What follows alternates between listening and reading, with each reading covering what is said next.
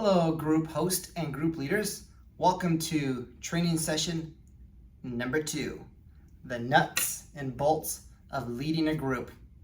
So today's training, I'm going to break into 3 different parts. What do you do before your group meets? What do you do during group time? And what should you do when your group is finished, when you finished your group meeting? So let's start at the beginning. Before your group ever meets, here's 2 tips to know. Number 1 is communicate.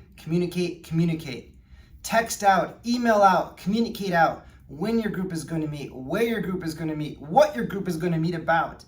I usually send out this text message about 3 days before my group meets.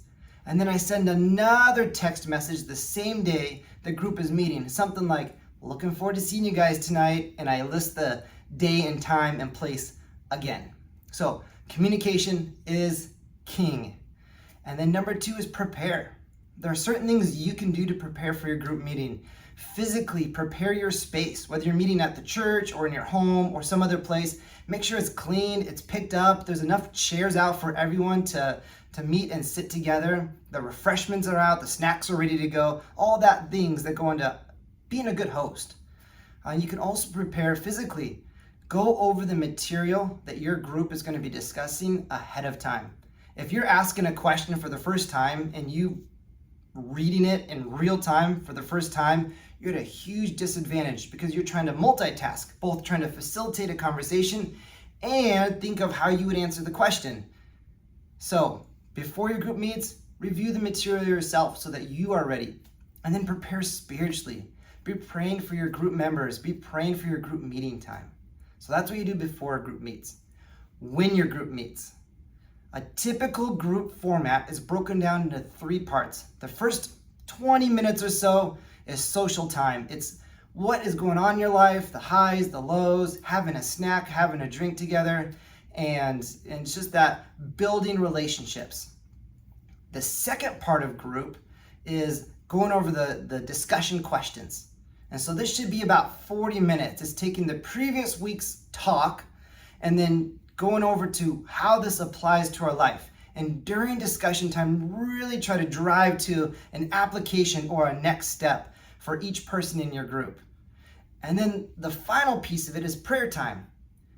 Spend time in, I would say, groups of 4 or less praying for one another. So ask everyone, how can I be praying for you? And then take that time to pray and write down notes during this time of what some of the next steps are for the people in your group. What are the prayer requests? Because you'll need that for the next part.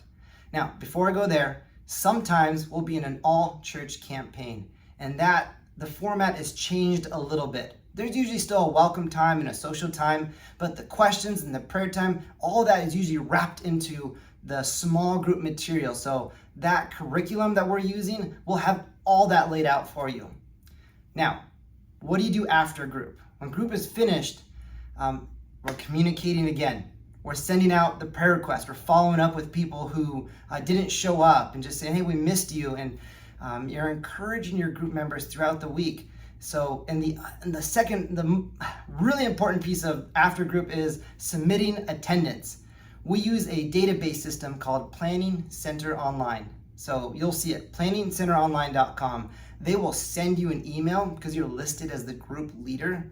And you have to click on that email, and there's one button. It says submit attendance. It'll bring you to a roster page, and you just go check for everyone who is in your group, and then submit attendance. This is a great resource to have because you can always log into Planning Center Online just using your email, and you can have your roster. So you can see what other people's contact information is or phone numbers if you need to get a hold of them. But submitting attendance is really important for me as the discipleship pastor and for our group's leadership team to know who's in, who's not, who's attending, who's not attending, because we have a kind of this overview level of every person and their spiritual walk. So you submitting attendance, hugely important. So that's it. That's the nuts and bolts. There's things you can do to prepare, what you can do during the group, the basic group format, and then after the group, submitting attendance and communicating along every one of those pieces. That's it, nuts and bolts. You got this. See you in the next video.